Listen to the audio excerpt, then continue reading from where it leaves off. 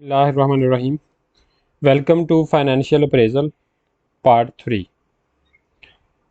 Basically financial appraisal क्या होती है, ये पार्ट 1 में डिस्कस किया गया था कि कोई आप कैपिटल इन्वेस्टमेंट करना चाह रहे हैं या कोई प्रोजेक्ट लॉन्च करना चाह रहे हैं तो उसकी अप्रेजल की जाती है, उसकी असेसमेंट की जाती है कि आया कि ये इन्वेस्टमेंट जो हम करने जा रहे हैं ये फिजिबल है, वायबल है या नहीं है, इसका फ़ायदा होगा कंपनी को या कंट्री को या नहीं होगा। तो अप्रेजल की डिफरेंट टाइप्स थी, फाइनेंशियल अप्रेजर, इकोनॉमिकल अप्रेजर, फिर इसमें टेक्निकल अप्रेजर, इस तरह डिफरेंट जो पार्ट 1 में डिस्कस किया गया था। देन फाइनेंशियल अप्रेजल के 3 मेथड इसमें डिस्कस किए थे हमने।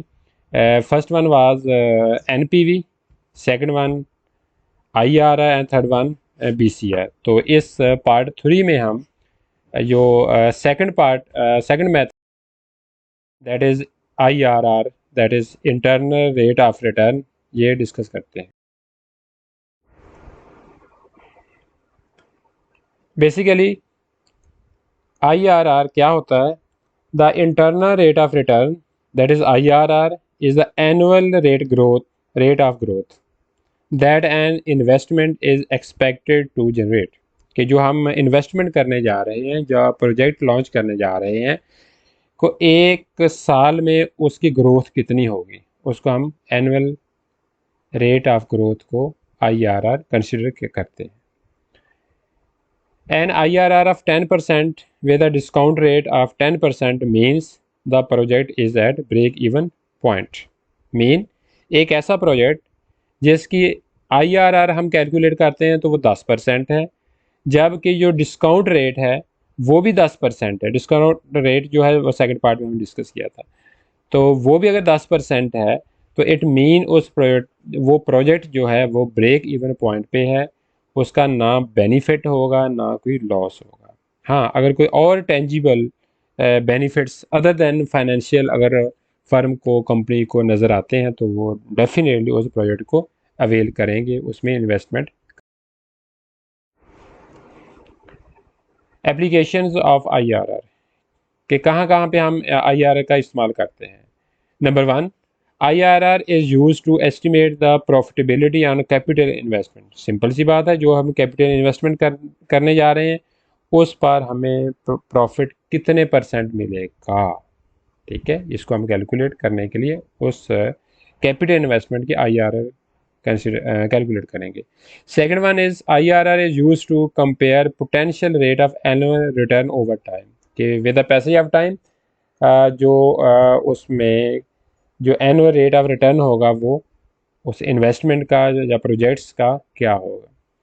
Third one is the IRR helps companies decide whether or not to proceed with the project. Definitely कि एक ऐसा प्रोजेक्ट जिसका इंटरनल रेट ऑफ रिटर्न उसके डिस्काउंट रेट से ज़्यादा होगा, वही कंपनी उसको प्रोसीड करेगी, वह उसमें इन्वेस्टमेंट करेगी, उस प्रोजेक्ट को कैरी ऑन करेगी।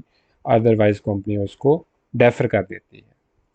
Then for one application is a company may not follow the IRR if the project has other less tangible benefits।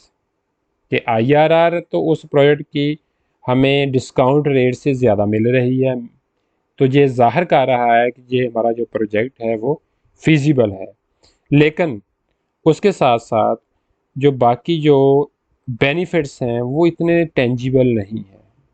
ठीक है, तो कंपनी क्या करती है, बाज़ दफ़ा उसको डेफर करती है।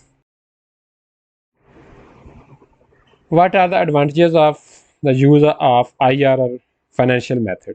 Number 1, IRR is easy to calculate and understand. ठीक है, इसको कैलकुलेट करना बहुत ईजी है और अंडरस्टैंडिंग इसकी बड़ा ईजीली हो जाती है।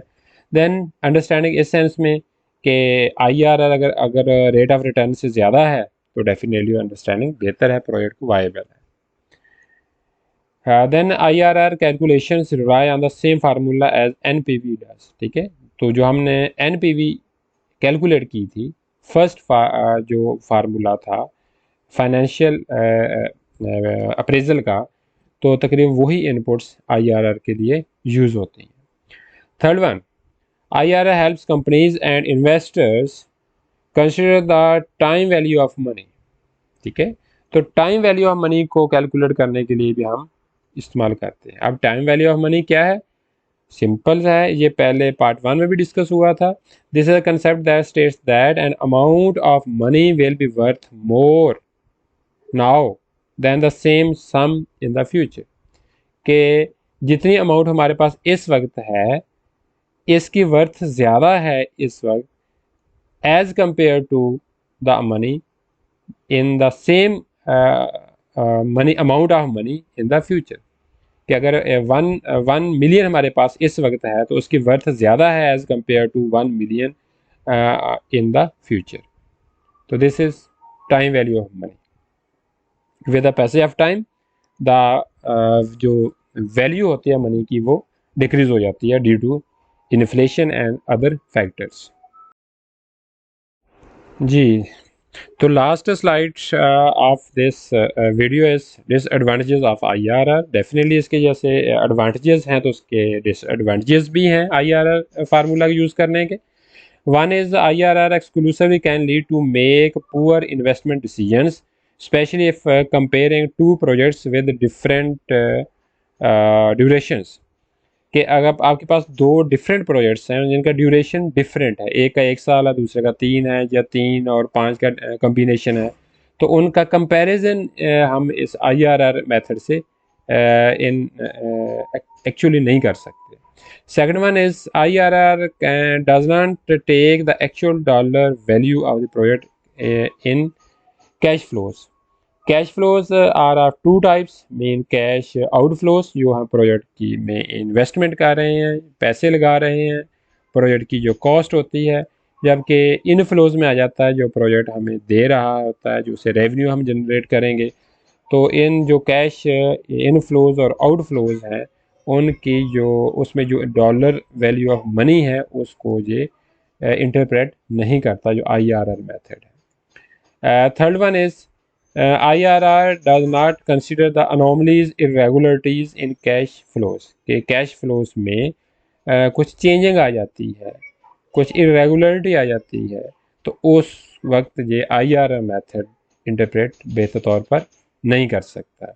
And number 4 is IRR can be miss interpreted if use outside of appropriate scenarios. के जो हमारे पास सिनेरियोज मौजूद होते हैं, अगर उससे हम बाहर निकल जाएं, अगर वो चेंज हो जाए, तो फिर इसकी इंटरप्रिटेशन जो होती है वो बेहतर नहीं होती, ये मिस इंटरप्रेट करता है। Thank you.